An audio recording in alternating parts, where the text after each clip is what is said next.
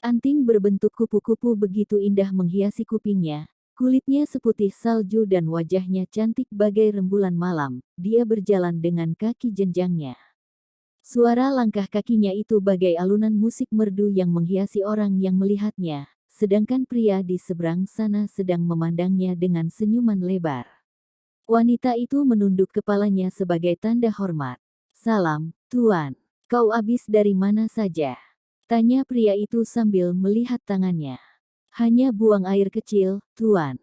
"Kenapa tak bilang? Aku akan menemanimu tadi," ucap pria itu. Umurnya masih 28 tahun tapi janggut tebal memenuhi bagian bawah wajahnya, membuat dia terlihat seperti Daddy Sugar saat pertama kali melihat. Gadis itu tersenyum. "Tidak perlu, saya hanya sebentar Tuan."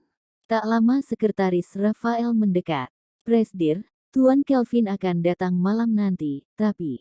Wanita itu mendekat ke arah kuping Rafael, yang membuat banyak orang ingin tahu, tapi Sofia hanya terdiam bagaikan patung tapi bernafas. Dia meminta seorang wanita sebagai hadiah untuknya. Setelah mendengar hal itu Rafael terdiam, dia cukup bingung dengan wanita mana yang akan dia jadikan sebagai persembahan pria itu.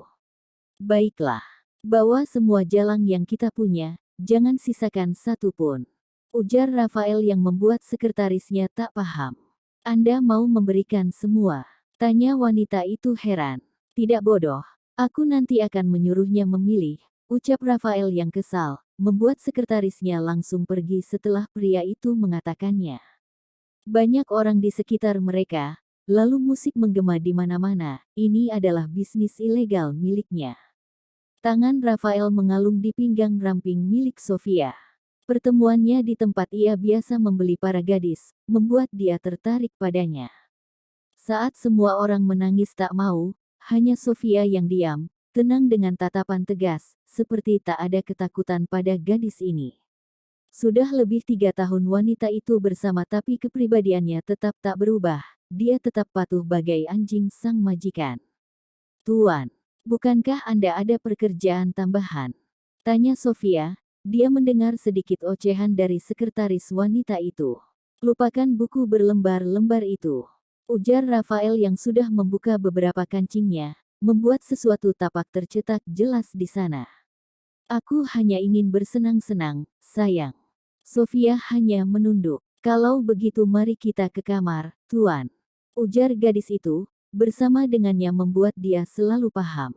Walau wajah dan bentuk tubuh Rafael sangat menggoda tapi Sofia sama sekali tidak tertarik. Baginya dia adalah majikan dan dia hanya wanita pemuas. Suatu saat ia pasti tak akan butuhkan lagi. Malamnya sekelompok orang datang dengan pakaian yang sama, tapi yang paling depan begitu mencolok. Saat tangan itu membuka kacamata hitam yang dikenakannya, mata berwarna silver itu terlihat. Kulitnya berwarna kuning langsat, alis tebal, bermata tajam dan memiliki wajah yang sedikit sangar, agak berbeda dengan tuannya Rafael, ya walaupun kejam tapi wajahnya cukup ramah. Sofia berada di belakang Rafael dengan wajah lurus ke depan, tanpa ekspresi itulah yang dia lakukan. Tapi tak ayal dia terus memperhatikan wajah pria itu dari kejauhan dan mengaguminya. Sekarang kedua pria itu duduk di kursi yang saling berhadapan. Banyak wanita yang juga berbaris rapih di sana membuat pria bernama Kelvin itu tersenyum singkat. Tak lama salah satu orang datang ke arah Kelvin dan memberikan koper hitam yang setelah dibuka berisikan uang yang banyak. Sofia tak tahu betapa jumlahnya tapi itu lebih dari banyak. Sejak dulu Rafael seperti tak pernah bangkrut untuk memberikan uang yang begitu banyak pada orang lain. "Ini uang yang aku janjikan, Tuan.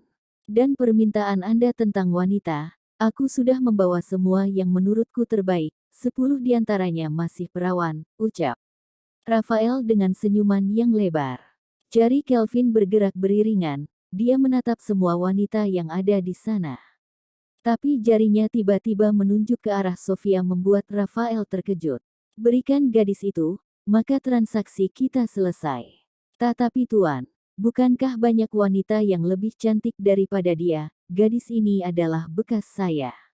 Anda yang terhormat tidak akan mungkin menggunakannya bukan?" tanya Rafael yang menolak hal itu. "Bukankah mereka juga bekas?" Walau ada yang perawan tapi mereka pasti tidak berpengalaman bukan? Tanya Kelvin sambil melipat tangannya, wajahnya arogan dan sombong. Ada seseorang yang mengatakan kalau Rafael memiliki wanita yang begitu terlihat spesial 3 tahun ini, padahal dia tipikal yang sering berganti-ganti wanita. Tapi sejak memiliki gadis itu dia tidak suka kali membawa wanita ke markasnya, bahkan seperti Anda pada gadis lain. Karena itu Charvin itu lihat wanita seperti apa yang membuat Rafael sang Casanova tingkat atas bisa berubah menjadi anti wanita seperti itu hanya karena gadis di sampingnya. Aku menolak hal ini, ucap Rafael dengan spontan membuat Kelvin semakin serius. Kau yakin ingin membatalkan transaksi kita? Padahal aku tidak sebaik ini pada orang lain, apa salahnya menukarkan gadis itu dengan 100 truk ganja? Pikirkanlah tentang untungnya, Rafael. Tanya Kelvin yang membuat hati Rafael bimbang. Pria itu mengepalkan tangannya tak lama ia melihat Sofia yang tak berkutik sama sekali. Sofia, panggil Rafael. Ya, Tuan. Apa kau ingin mengorbankan dirimu demi aku?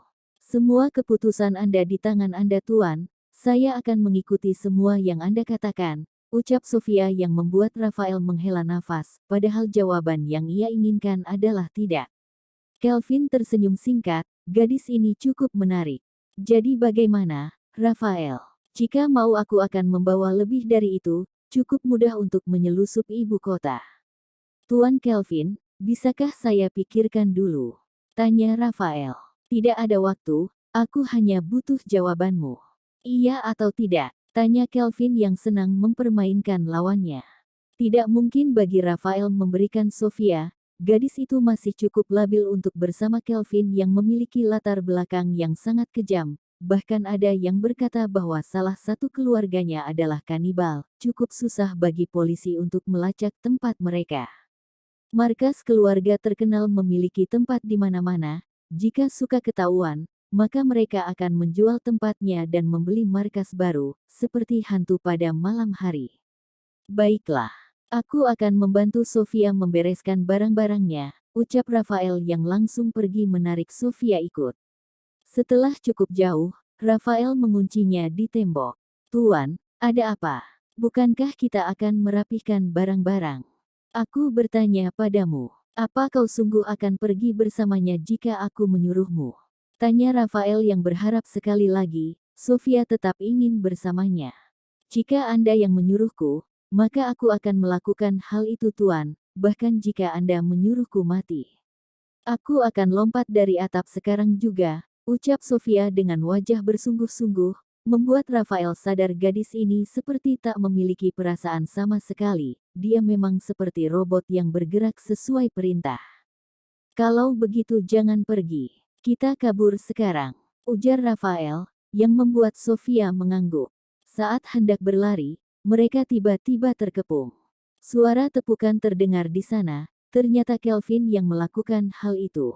Kau tidak perlu kabur, Rafael. Jika memang tak mau, aku juga tak akan memaksamu, tapi...